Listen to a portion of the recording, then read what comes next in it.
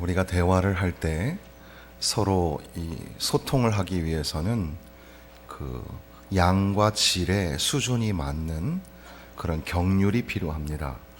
그래서 이 maxim of communication이라 그래서 이 대화를 할 때는 그만한 양을 서로 주고받을 수 있는 그릇들이 돼야 이해를 할 수가 있는 거죠. 그렇게 이 소통한다는 것이 굉장히 중요한데, 결국 하나님의 말씀을 묵상한다는 것은 하나님과의 소통이 잘 된다는 뜻이고, 그래서 내 말만 하는 게 아니라 하나님의 말씀을 잘 듣는 것이 굉장히 중요합니다.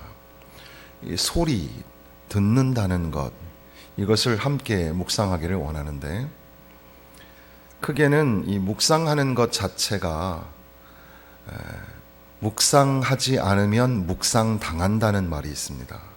그 말이 무슨 말이냐 하면, 세상 모든 사람들은, 또 세상의 모든 존재는 다 묵상하는 존재인데, 우리가 하나님의 말씀을 통해서 세상을 바라보고 그 말씀에 순종하는 그런 이 묵상이 없으면 세상의 가치관이 우리를 넘어뜨리는 세상의 묵상이 우리에게 들어오게 되고, 그런 세상의 관점으로 사람과 교회와 또 세상을 바라보게 되는 그 묵상이 없으면 묵상을 당하게 되는 경우도 생기게 된다는 겁니다.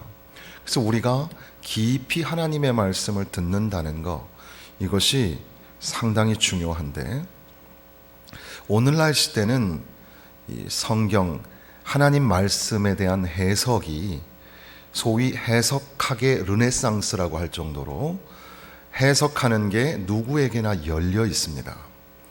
그러니까 예전에 생각해 보시면, 예전에는 하나님 어떻게 하면 되지요? 이거 하면 될까요? 하지 말까요? 등등의 문제를 하나님 앞에 물으면서 기도하는 사람들이 있었고, 또 그것을 이 대변해 주듯이 목사님에게 찾아와서 목사님 이거 어떻게 하면 될까요? 묻는 사람들이 많았습니다. 그런데 오늘날에는 그런 일이 거의 없어요. 왜 그럴까요?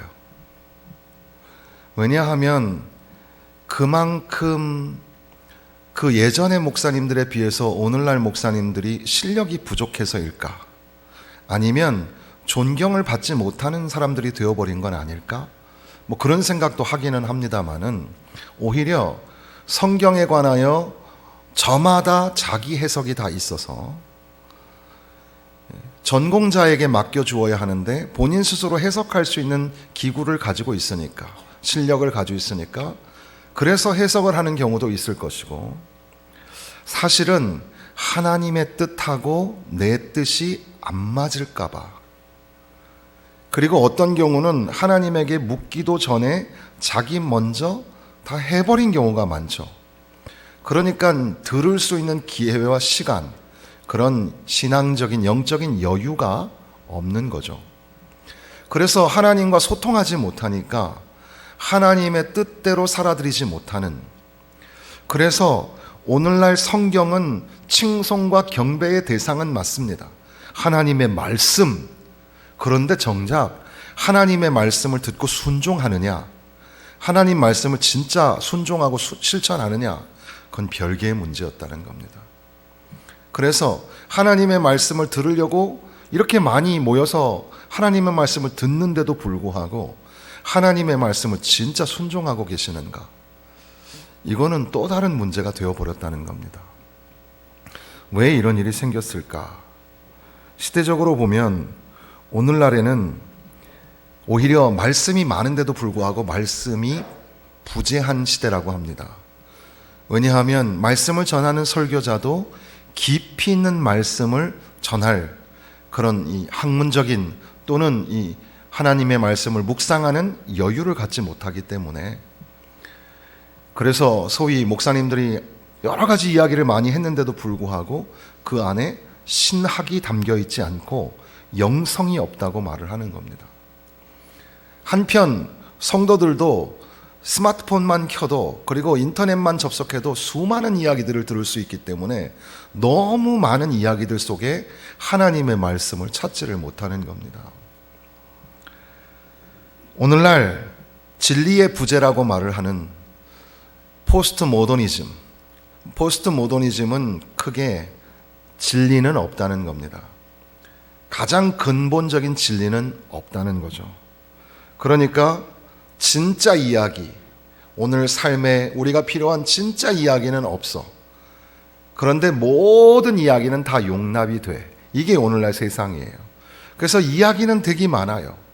스토리텔링 유행하는 거잖아요. 이야기는 많아요. 다 들어줘요. 그런데 정작 하나님이 우리를 창조하시고 창조된 하나님의 백성이 어떻게 살 것인가에 관한 보편적 진리에 관한 이야기는 하지 말자는 거예요. 그게 포스트 모더니즘이죠. 그러다 보니까 하나님의 말씀이 우리의 삶에 나타나지를 않는 삶의 부재가 생기게 됩니다.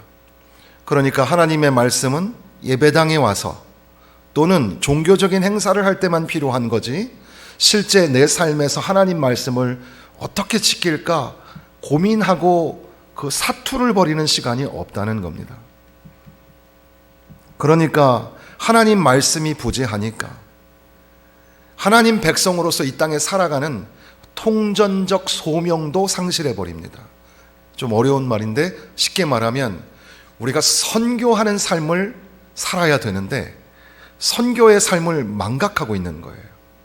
또는 교회가 선교는 분명히 해요. 하는데 왜 하는지를 잘 몰라요. 그리고 선교는 교회의 부흥, 그런 거와 관련 지어서 우리 교회가 발전하고 부흥하고 숫자를 채우는 데 있어서의 하나의 아주 좋은 프로그램이라고 생각하기가 쉬워요. 그런데 그런 게 아니거든요. 하나님 나라는 이곳만 하나님 나라가 아니라 모든 나라와 모든 열방이 하나님의 나라. 그래서 그 나라와 오늘 우리 교회의 나라들이 함께 협력하여 하나님 나라를 이루어가는 이 통전적 선교의 생각이 있어야 되는데 그 소명을 하나님 말씀을 통해서 배워야 하거든요. 그런데 이게 부재한, 교회 안에는 뭔가 바쁘게 돌아가긴 돌아가는데 사실은 말씀이 부재한, 그리고 그들의 삶에는 여전히 하나님 말씀을 따라 살지 않는, 이게 오늘날 시대에 우리가 하나님을 묵상하지 못하게 하는 여러 장애물일지도 모릅니다. 한편 우리 인간 내면에는 어떤 장애물이 있을까? 우리 안에는 하나님 말씀에 관하여 진리에 관하여 무관심한 게 있고, 한편 무관심은 무지함과도 관련이 있어서 보는 것만 보고 듣는 것만 듣죠. 아니, 보긴 보아도 볼 수 없고 듣긴 들어도 들을 수가 없는, 자기가 보고 싶은 것만 보고 듣고 싶은 것만 들으니까 그 사람이 가장 무지한 사람이죠. 근데 무지함을 하나님 말씀에 관하여 무지하고 가장 근원적인 진리에 관하여 무지한 시대가 되어버린 겁니다. 그러니까 이 스마트 세상의 역설이라고 하잖아요. 우리가 이 인터넷 스마트폰을 가지고 있는 순간 우리는 이 전화번호를 외우는 걸 포기했죠. 그리고 또한 내비게이션이 등장한 순간 우리는 길을 찾아가는 법을 잃어버렸습니다. 우리는 또한 무책임, 무감각, 무분별, 무계획 등의 마음들이 우리 안에 있어서 그저 오늘 하루를 먹고 살면 되고 나를 위해서 우리 가족을 위해서만 살면 되지, 내가 뭐 책임질 일이 있어? 뭐 어떤 계획이 뭐가 중요해? 그냥 살면 되지. 오늘을 즐기면서 살면 되잖아. 젊은 사람들 사이에 그냥 돈 벌어 모아서 집 사고 이게 중요한 게 아니니까 오늘 그냥 차 사고 오늘 그냥 재밌게 놀다가 그 다음 세상에 대해서는 묻지 말자는 거예요. 이런 우리 내면에 있는 정서나 또 시대적인 어떤 그런 사고가 오늘 우리가 하나님의 말씀을 깊이 묵상하게 하지 못하고 또 하나님과 소통하지 못하게 해서 하나님의 소리를 듣지 못하게 하는 건 아닐까. 이 외국어를 잘하려면 그 외국어를 들을 수 있는 재능이 필요합니다. 그래서 외국어를 잘 들어보면 그 높낮이가 있고 또 반복되는 단어들의 그 자음 모음을 구분할 수가 있어요. 그 재밌는 거는 각 나라 언어가 다 다르지만 다 같은 어원에 있는 게 많아요. 그래서 희한하게 그 어느 나라의 언어에 집중해서 들어보면 그게 그렇게 어려운 언어가 아니에요. 그래서 깊이 잘 들으면 그 나라 언어를 빨리 배워서 한두 달 안에도 의사소통이 가능하게 됩니다. 여러분 모두 다 가능해요. 그래서 이 뭐 1개국, 2개국의 언어뿐 아니라 10개국의 언어, 여러 나라의 언어를 잘 들으면 그 나라 언어를 할 수가 있고, 그래서 우리가 선교를 할 때 가장 중요한 무기 중에 하나가 언어인데, 언어를 배우지 못하면 선교사로서의 그 역할을 하지를 못합니다. 그래서 선교사로 가 있는 분들에 관하여서는 능통하게 언어를 하게 하여 주옵소서. 우리 신 목사님 걱정이 그거예요. 능통하게 언어를 하는 게 되게 중요해요. 영어도 막 잘해야 돼요. 막 거침없이 아이들하고 영어를 막 할 수 있도록, 그리고 나아가서 필리핀어, 이 따갈로라는 그 공용어가 있지만 또 지역마다 다른 언어가 있다고 그래요. 그런 언어를 잘해서 그런 언어로 설교했을 때도 사람들이 감동을 받을 수 있도록 선교사님들을 위해서 그런 걸 기도해 주어야 합니다. 저 몽골에서부터 저 이 동남아 그리고 마이크로네시안 섬에 이르기까지, 저 남미에서부터 또 이 중동을 지나 아프리카에 이르기까지 다양한 언어의 사람들의 소리를 잘 듣는 소리. 그래서 한동안 소리 영어라는 서울대 출신의 그 졸업생이 그걸 연구해가지고 이제 시중에 내놓고 막 판매도 하고 막 그러는, 유행하는 것 중에 하나가 소리. 왜냐하면 언어는 소리가 상당히 중요하기 때문에 그렇습니다. 우리 모두는 다 소리에 민감하고 소리 듣는 것에 관심을 많이 갖죠. 왜 이렇게 정확하게 설명을 드리냐면, 오늘 우리가 읽은 이 본문의 말씀은 그래도 비교적 사무엘서 중에서 잘 알려진 말씀입니다. 근데 이 말씀을 앞서 지금 말씀드렸던 묵상과 소리라는 관점에서 좀 곰곰이 생각해 보자는 겁니다. 15장 1절에 보면 사무엘이 사울에게 이르되 여호와께서 나를 보내어 왕에게 기름을 부어 그의 백성 이스라엘 위에 왕으로 삼으셨은즉 이제 왕은 여호와의 말씀을 들으소서. 그런데 이 히브리어에 보면, 요즘에는 여러분의 핸드폰이나 이런 것도 히브리어를 볼 수 있어요. 히브리어를 읽을 수 있는 프로그램들이 되게 많은데, 그걸 제가 찾아보니까 거기에 보면 이 목소리라는 말이 나와요. 여호와의 말씀을 들으소서. 여기에 히브리어 원문에는 여호와의 말씀의 목소리를 들으소서 이렇게 되어 있어요. 목소리라는 단어가 나온다는 거죠. 그래서 이거는 뭐 히브리어를 읽는 게 의미가 없으니까 여호와의 말씀의 목소리를 들으소서 이렇게 되어 있는데, 지금 우리가 읽었던 20절 말씀에 보면 사울이 사무엘에게 이르되 나는 실로 여호와의 목소리를 청종하여.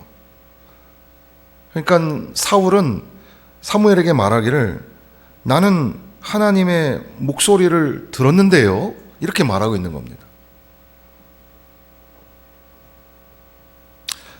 사무엘이 이 사울에게 와가지고 하는 말이 뭐냐면, 아말렉을 다 진멸하라고 하셨는데 그 말씀 순종하셨습니까? 그러니까 그렇게 했다는 거예요. 그런데 사무엘이 뭐라고 다시 얘기하냐면 14절 말씀에 보면 사무엘이 이르되 그러면 내 귀에 들려오는 이 양의 소리와 내게 들리는 소의 소리는 어찌 됨이니까 하니라. 그러니까 양의 소리, 소의 소리가 안 들려야 되는데 양의 소리, 소의 소리가 들리는 겁니다. 소리라는 것들이 나오는 거죠. 24절에 보면 사울이 사무엘에게 이르되 내가 범죄하였나이다. 내가 여호와의 명령과 당신의 말씀을 어긴 것은 내가 백성을 두려워하여 그들의 말을 청종하였음이니이다. 결국 낱낱이 드러나지는 상황 속에서 사울은 여호와의 말씀의 목소리를 듣지 아니하고 그 백성의 목소리를 들었다는 겁니다. 여기에 여러 가지 소리가 나오잖아요. 이스라엘 백성들이 사사시대를 지나면서 우리에게 왕을 주소서, 우리에게 왕을 주소서. 그런데 왕을 달라고 하는 것은 이 자신이 간신히 먹고 사는 불완전한 존재라는 사실을 망각한 채 하나님의 자리를 대신하는 그런 왕을 달라는 그런 의미를 담습니다. 당시에 20%에서 80%, 그러니까 백성들에 비해서 귀족 계급이 20%밖에 안 되는, 어떤 통계로 보면 2%가 98%를 지배하는 그런 왕족, 이 왕의 제도를 자기들에게 달라는 겁니다. 그래서 자유와 해방을 맞게 된 이스라엘 백성들이 다시금 애굽의 그 바로의 시대처럼 다시금 우리에게도 왕을 달라고, 그러니까 왕이 신적인 존재가 되어버리는 그런 시대로 회귀하려는 것, 그 안에는, 그 마음 기저에는 하나님을 왕으로 인정하지 않겠다는 생각도 있는 겁니다. 겉으로는 우리가 하나님 섬기지요. 왕도 하나님 섬기고 우리 백성들도 하나님 섬깁니다. 그런데 사실은 진정한 왕이신 하나님을 섬기지 않으려는 마음이 슬며시 자라나고 있었던 겁니다. 하나님이 그들의 속마음을 모르셨을 리가 없는데, 그런데 하나님은 그들의 요구사항을 들어주시죠. 그래서 이제 왕을 세우게 되는 겁니다. 그런데 왕을 세우시면서 하신 말씀이 12장 13절 14절 12장 13절 14절 읽어보겠습니다. 이제 너희가 구한 왕, 너희가 택한 왕을 보라. 여호와께서 너희 위에 왕을 세우셨느니라. 너희가 만일 여호와를 경외하여 그를 섬기며 그의 목소리를 듣고 여호와의 명령을 거역하지 아니하며 또 너희와 너희를 다스리는 왕이 너희의 하나님 여호와를 따르면 좋겠지만은 너희가 만일 여호와의 목소리를 듣지 아니하고 여호와의 명령을 거역하면 여호와의 손이 너희의 조상들을 치신 것 같이 너희를 치실 것이라. 이제 사무엘이 하나님의 말씀을 따라서 사울을 선택하게 되는데, 베냐민 지파 자체가 12지파 중에 제일 별 볼 일 없는 작은 지파이고, 베냐민 지파 중에서도 기스의 후손, 그는 또 지파 중에서도 별 볼 일 없는 그런 혈족이었는데, 그 중에서 사울이라는 사람을 뽑은 겁니다. 그러니까 뭐 내세울 게 없는 존재이기 때문에 하나님만 의지하면서, 나에게는 아무 능력이 없으니까 하나님만 의지하면서 하라고 왕을 세워주신 겁니다. 하나님 말씀만 들으면 너는 부족해도 전능하신 하나님이 함께 하신다는 거죠. 그러니까 오늘 우리 시대의 지도자들도 우리의 부족함을 좀 인정하고 하나님의 말씀을 들어야 되는데, 이상하게 지도자의 자리에 올라가면 그게 안 들리죠. 사람들의 어떤 그런 자기에게 가까운 사람들의 이야기만 들리게 되어 있나 봐요. 참 그게 걱정입니다. 하나님의 음성을 듣게 하여 주옵소서. 저도 마찬가지입니다. 하나님의 음성을 듣게 하여 주옵소서.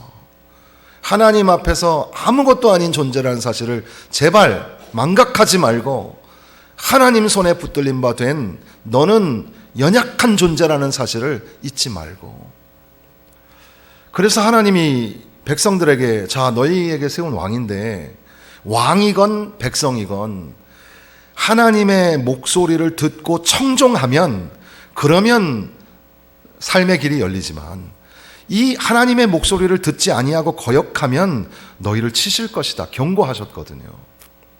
그리고 난 다음에 지금 우리가 읽고 있는 15장으로 오게 되는 겁니다. 사울이 점점 하나님의 말씀을 듣지 않는 거예요. 점점 하나님의 말씀보다는 자기의 생각이 앞서는 거예요. 하나님의 목소리를 듣죠. 하나님 목소리를 듣고 하나님께 예배를 해요. 그럼에도 불구하고 점차 하나님을 향한 진정한 예배는 사라지고 하나님의 말씀을 듣지만 하나님 앞에 전적으로 전심으로 몸부림치면서 순종하려는 그런 마음은 사라지는 겁니다. 여러분은 어떠세요? 하나님 앞에 우리가 여러 예배를 드리고 하나님 말씀을 듣는데 과연 하나님의 말씀을 듣는 게 어제보다 조금 더 성숙하고 어제보다 더 뛰어난 그런 믿음으로 하나님 말씀을 지키고 있는가? 아니면 오늘도 좋은 얘기 들었고 고상하고 아름다운 이야기 들었다. 참 재밌는 얘기 들었어요. 그 정도 수준에 머물러 있는 걸까?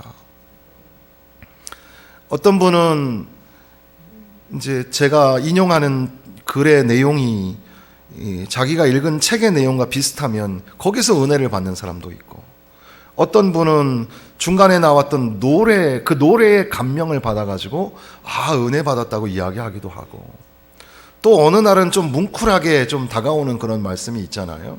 그래서 참 은혜 받았다고 얘기하지만 하나님 말씀을 내 삶에 이제 가지고 와서 그 말씀대로 살려고 과감하게 내 것을 포기하고 내 생각을 포기하고 살아갈 수 있을까? 이제 하나님께서 사울이 점점 그러는 걸 보시면서도 하나님은 사울을 단번에 내리치신 게 아니라 어떻게 보면 다시금 기회를 주신 거예요. 이 15장, 사무엘상 15장은 사울이 이제 사라지고 다윗이 올라오게 되는 분수령이 되는 그런 장이지만, 사실 사울에게 하나님은 그 애틋한 미련과 사랑이 있으셔서 사울에게 다시 기회를 주셨던 겁니다. 그래서 하신 명령이 뭐냐면 아말렉을 진멸하라. 아말렉을 진멸하라. 전쟁을 치루어서 진멸하게 된다는 게 얼마나 잔인합니까? 진멸하는 것. 근데 이게 잔인한 내용이지만 한편 그렇기 때문에 전쟁을 쉽사리 하지 말라는 의미도 되는 겁니다. 보통 전쟁이 어떻게 일어나냐면 약소국에 있는 그런 전리품들을 뺏기 위해서 전쟁이 일어나는데, 전리품들을 남기지 마라. 싹 다 쓸어버리려면 전쟁을 해라. 그러니까 남의 거 뺏고 그렇게 약탈하고 강탈하려면 그런 전쟁 하지 마라. 그런 의미가, 깊은 의미가 담겨져 있어요. 어쨌든 이 광야 가나안 땅에 처음 들어와서 이 이스라엘 백성들을 첫 번째로 도전하고 전쟁을 치렀던 족속이 아말렉인데, 이 아말렉 족속이 끈질기게 이스라엘을 괴롭혀 왔기 때문에 아말렉을 진멸하라. 아말렉을 진멸하라라는 말은 왕부터 백성에 이르기까지, 그들이 가지고 있는 모든 가축들까지 싹 다 죽이라는 뜻입니다. 그런데 사울이 이제 이스라엘 백성들을 끌고 가서 이제 전쟁을 했죠. 그래서 그 전쟁에서 이기게 됩니다. 그런데 전쟁에서 이기고 난 다음에 사울이 이 아각, 이 아말렉의 왕인데 아각을 죽이지 않고 사로잡죠. 그리고 9절 말씀 보시면 양과 소의 가장 좋은 것 또는 기름진 것과 어린 양과 모든 좋은 것을 남기고 진멸하기를 즐겨 아니하고 가치 없고 하찮은 것은 진멸하니라.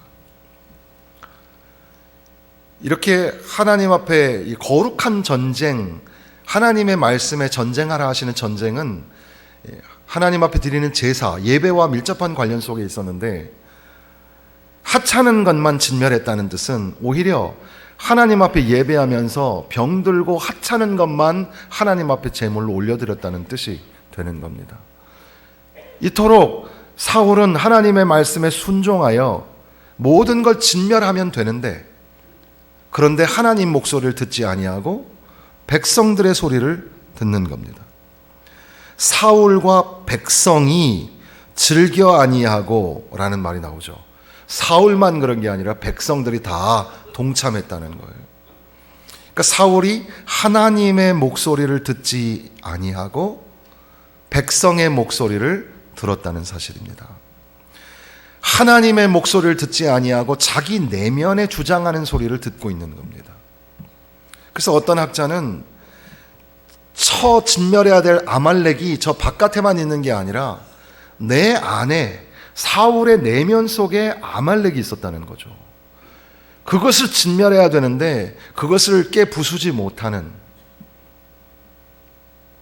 하나님의 말씀을 들었음에도 불구하고 하나님의 말씀의 뜻대로 하지 아니하는 겁니다. 그러니 결과가 어떻게 되겠습니까? 사무엘이 찾아오죠. 사무엘이 사울을 만나려고 이렇게 옵니다. 사울이 오히려 그에게 이르되 원하건대 당신은 여호와께 복을 받으소서. 내가 여호와의 명령을 행하였나이다. 우리 안에 있는 이 뻔뻔스러운 위선이 담겨져 있습니다. 선지자 사무엘을 만나면서 사무엘이 묻지도 않았는데 뭐라고 말하냐면 내가 하나님 명령을 다 지켰습니다. 하나님 목소리를 잘 들었습니다. 이렇게 말하는 겁니다. 그러니까 사무엘이 이제 묻는 거죠. 그런데 내 귀에 들려오는 양의 소리와 내게 들리는 소의 소리는 어찌 됨입니까? 소리라는 언어 유희가 담겨져 있죠. 그래서 하나님의 소리를 들었습니다. 그랬더니 사무엘이 말하기를 그런데 양의 소리와 소의 소리는 뭡니까? 묻는 겁니다. 하나님의 소리를 들었다면 양의 소리, 소의 소리가 들리지 않아야 하는데 지금 사울은 양의 소리, 소의 소리를 즐거워하고 있는 건지도 몰라요. 왜냐하면 사울이 이르되 그것은 무리가 아말렉 사람에게서 끌어온 것인데 백성이 당신의 하나님 여호와께 제사하려 하여 양들과 소들 중에서 가장 좋은 것을 남김이요 그 외의 것은 우리가 진멸하였나이다 하는지라. 그러니까 사울은 당신의 하나님 앞에 우리가 제사하려고 이렇게 귀한 것을 남겨 놓았습니다. 하나님 앞에 제사하기 위해서 귀한 제물을 남겨 놓았다는 것, 그럴싸하잖아요. 우리의 변명은 꽤나 그럴싸합니다. 그래서 하나님 말씀이 우리에게 적나라하게 본토 친척 아비집을 떠나라 라고 말씀하실 때 우리는 나름대로 여러 가지 이유를 댑니다. 이건 이렇고 저건 저렇고 일의 순서를 보아서 이렇게 해야 될 것 같으며 지금 상황이 그렇지가 않고 경제적으로는 어떻고 정치적으로는 어떠며 사실 목사님 알고 보면 우리 집에 여러 가지 우환이 있어요 하면서 그럴싸한 이야기들이 참 많아요. 그게 뭐 거짓이 아니라 그게 어떻게 보면 우리 인간에게는 타당한 이유, 합리성을 동반한 그런 이유가 됩니다. 그런데 하나님의 말씀은 우리의 이성적인 합리성을 요구하는 게 아니에요. 하나님의 말씀은 조금 어떻게 보면 억지 같기도 하죠. 왜냐하면 아브라함은 믿음으로 순종하여 나아갈 때 갈 바를 알지 못하고 나아갔다 했습니다. 첫 번째 이렇게 해서 두 번째는 이렇게 하고 세 번째는 저렇게 하면 돼 하고 가르쳐 주신 게 하나도 없더라는 겁니다. 그러니까 내 안에 있는 내 생각, 나에게 울려지는 소리를 들으면서 하나님의 목소리는 그저 그냥 소리, 이 공간에 보이지 않는 이 시공간에 음파, 음의 파장이 막 있잖아요. 그런 것들이 굉장히 많을 거란 말이에요. 마찬가지로 그저 소리를 음파 정도로만 생각하고 흘려버리는, 그러니까 그것을 그렇게만 들으면 이게 무슨 말인지 못 알아듣죠. 그러니까 외국어를 들을 때 제 생각에는 외국 방송을 갖다가 틀어놓는다고 해서 영어 실력이 느는 게 아니에요. 영어 실력이 늘려면 그 영어 방송을 틀어놓고 집중해서 들으시면 돼요. 특별히 그 뉴스 프로그램 같은 경우는 아주 정확한 발음들을 쓰기 때문에 그 발음들을 집중해서 듣다 보면 매우 반복적으로 사용하는 단어들이 나오고 그걸 가지고 사전을 찾으면서 공부하면 그러면 상당히 높은 수준의 영어를 하겠죠. 그런데 그냥 막 틀어놓고 있는다고 해서 들리는 게 아니거든요. 하나님의 말씀이 이렇게 홍수처럼 많은 시간대에 하나님의 말씀을 들어요. 지금 여기에 있는 상당수의 어르신들은, 성도들은 새벽부터 지금까지 있는 거예요. 그리고 또 이따가 기도원에 올라가셔서 또 말씀을 들어요. 공교롭게도 오늘은 설교자가 저 하나라 새벽부터 기도원까지 다 제가 설교를 해야 돼요. 똑같은 사람한테 똑같은 설교를 듣는 셈이잖아요. 그렇게 반복적으로 하나님의 말씀을 듣는데도 불구하고 하나님의 말씀이 내 안에서 고민이 안 되는 거예요. 하나님 말씀을 진지하게 생각하면서 하나님의 말씀에 절대적으로 포기하라 하시는 것이 뭐며 멈추라 하시는 것이 뭔지 듣지를 않아요. 그리고 합리적으로, 이성적으로, 그리고 지금 상황적으로 이것저것 변명을 합니다. 사무엘이 사울에게 말하면서 19절에 보면 어찌하여 왕이 여호와의 목소리를 청종하지 아니하고 탈취하기에만 급하여 여호와께서 악하게 여기시는 일을 행하였나니까. 하나님의 말씀에 순종하여 그 말씀대로 왕으로부터 모든 것들을 진멸하라 하시는 그 말씀을 듣지 아니하고 이제는 사무엘이 이렇게 지적을 하니까 우리가 읽은 20절 말씀에는 사무엘에게 이르되 나는 실로 나 진짜로 하나님 말씀 들었는데요 이렇게 말하는 겁니다. 나 하나님 말씀 청종하여 아말렉 왕 아각을 끌어왔고 아말렉 사람들을 진멸하였습니다. 이 디스톨션이라는 말이 영어에 있는데 약간 꼬아버리는 거예요. 하나님 말씀을 곧이곧대로 순종하지 아니하고 살짝 틀어서, 사단이 쓰는 방법 중에 하나죠. 그래서 과연 이 땅에 있는 것들을 다 먹지 말라 하였느냐 뭐 이런 식으로 묻는 사단의 목소리. 그래서 지금 이 사울은 내가 진짜 하나님 말씀 다 들었는데요, 그래서 왕 아각도 사로잡아 왔고 그 땅의 백성을 다 진멸하였으며, 그 다음에 21절에 보니까 다만,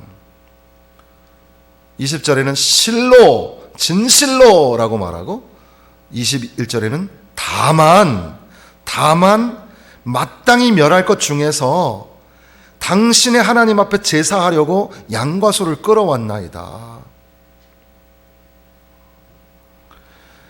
22절에 우리가 같이 읽어보겠습니다. 사무엘이 이르되 여호와께서 번제와 다른 제사를 그의 목소리를 청종하는 것을 좋아하심같이 좋아하시겠나이까. 순종이 제사보다 낫고 듣는 것이 순양의 기름보다 나으니. 하나님이 기뻐하시는 게 뭐예요? 하나님이 기뻐하시는 것은 제사가 아니에요. 천천만만의 순양의 기름이 아니에요. 하나님이 기뻐하시는 제사, 하나님이 기뻐하시는 건 뭐냐면 하나님 목소리, 하나님 말씀의 목소리를 청종하는 거예요. 그건 그냥 귀로 듣기만 하는 게 아니라 하나님 말씀 곧이곧대로 순종하는 거예요. 그 순종이 제사보다 낫다고 말씀하시는 겁니다. 사울은 좋은 제물을 드릴 준비는 했을지는 몰라도 정작 자기 자신을 드리지 못하고 있는 겁니다. 그러니까 오늘 우리가 여러 가지 교회에서 하는 봉사나 또 프로그램이나 등등으로 하나님을 기쁘시게 할 수 있을 거라고 생각하지만 사실 하나님이 기뻐하시는 건 하나님의 말씀에 순종하시는 거예요. 저나 여러분이나 오늘 그리고 한 주간을 살 때 하나님 말씀에 순종하시는 겁니다. 주님 말씀하시면 내가 나아가리다. 주님 말씀하시면 내가 멈춰 서리라. 말씀이 가는 곳까지 가고 말씀이 멈추라 하면 멈추고, 하나님 말씀이 도저히 우리의 상황을 고려하시지 않으면서 말씀하셔도 그 말씀대로 가고, 또 하나님이 여기서 조금 더 투자하고 더 많이 해야 되는데 하나님이 멈추라 하시면 멈추고, 하나님의 말씀대로 살 수 있으시겠습니까? 한번 여러분 자신에게 진지하게 물어보아야 합니다.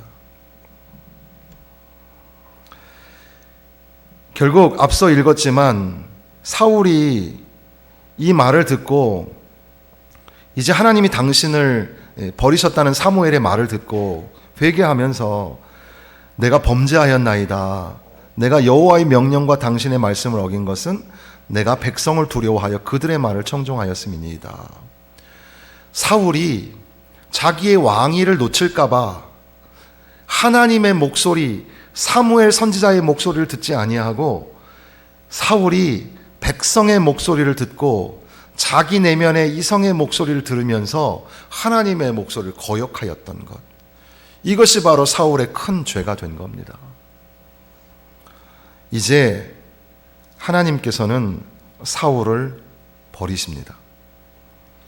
하나님이 그냥 사울을 버리신 게 아니라 사울이 하나님의 말씀을 듣지 아니한, 이걸 하나님의 말씀을 버렸다라고 표현을 하죠. 26절 말씀 보시면 사무엘이 사울에게 이르되 나는 왕과 함께 돌아가지 아니하리니 이는 왕이 여호와의 말씀을 버렸으므로. 하나님의 말씀을 듣지 않는 것은 하나님의 말씀을 버리는 것과 같습니다. 그래서 이제 하나님은 사울 왕을 버리고 사무엘이 이 아각 왕을 죽이죠. 하나님이 진멸하라 그랬으니까 아각 왕을 죽인 후에 곧바로 하는 일이 뭐냐면 다윗을 세우는 일을 합니다.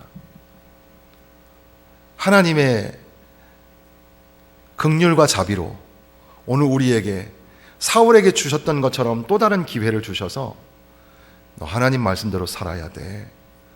너의 존재, 왕으로서의 출발이 뭐냐 하면 하나님 말씀대로 살면 돼. 그런데 점점 하나님의 목소리를 잃어버려가는 사울에게 다시 기회를 주셨던 것처럼 오늘 저와 여러분에게 하나님의 목소리를 청정하고 살라고 우리에게 또 말씀하시는 겁니다. 순종이 제사보다 낫다.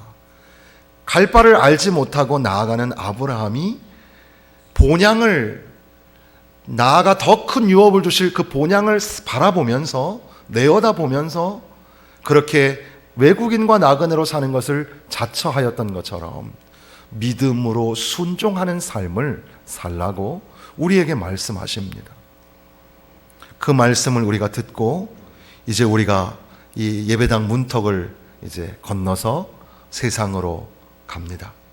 우리는 세상에서부터 부르심을 받은 에클레시아, 세상 밖으로 부르심을 받은 존재고 또한 동시에 세상으로 보내심을 받은 존재입니다.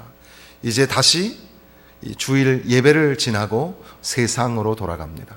세상에서 우리는 하나님의 백성답게 살고 그곳에서 하나님과 묵상하며 소통하는 살아있는 예배를 드리게 됩니다.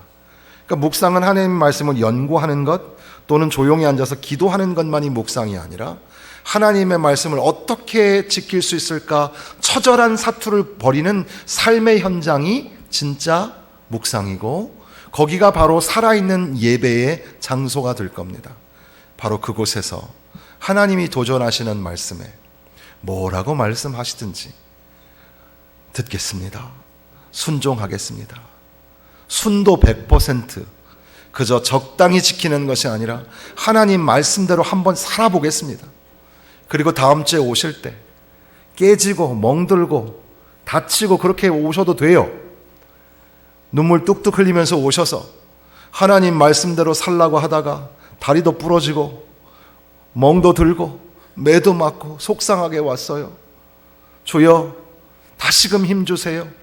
이렇게 하나님 앞에 돌아오고, 또 어떤 사람들은 하나님 말씀에 순종하고 100% 순종했더니 하나님이 역사하셔서 놀라운 일들이 일어났다고 우리의 삶의 터전인 직장과 사업장에서 하나님 말씀대로 살려는 그런 믿음을 가지고 도전하며 살았더니 하나님이 길을 열어주셨고 하나님이 복과 은혜를 부어주셨다고 승전가를 가지고 또 승리의 깃발을 안고서 돌아오셔서 함께 또 믿음의 교제를 나누고 하나님 말씀을 또 붙잡고 그 말씀에 아멘 아멘 하며 또 그렇게 거룩한 순례자의 길을 걸어가시는 저와 여러분 되시기를 주님의 이름으로 축원합니다.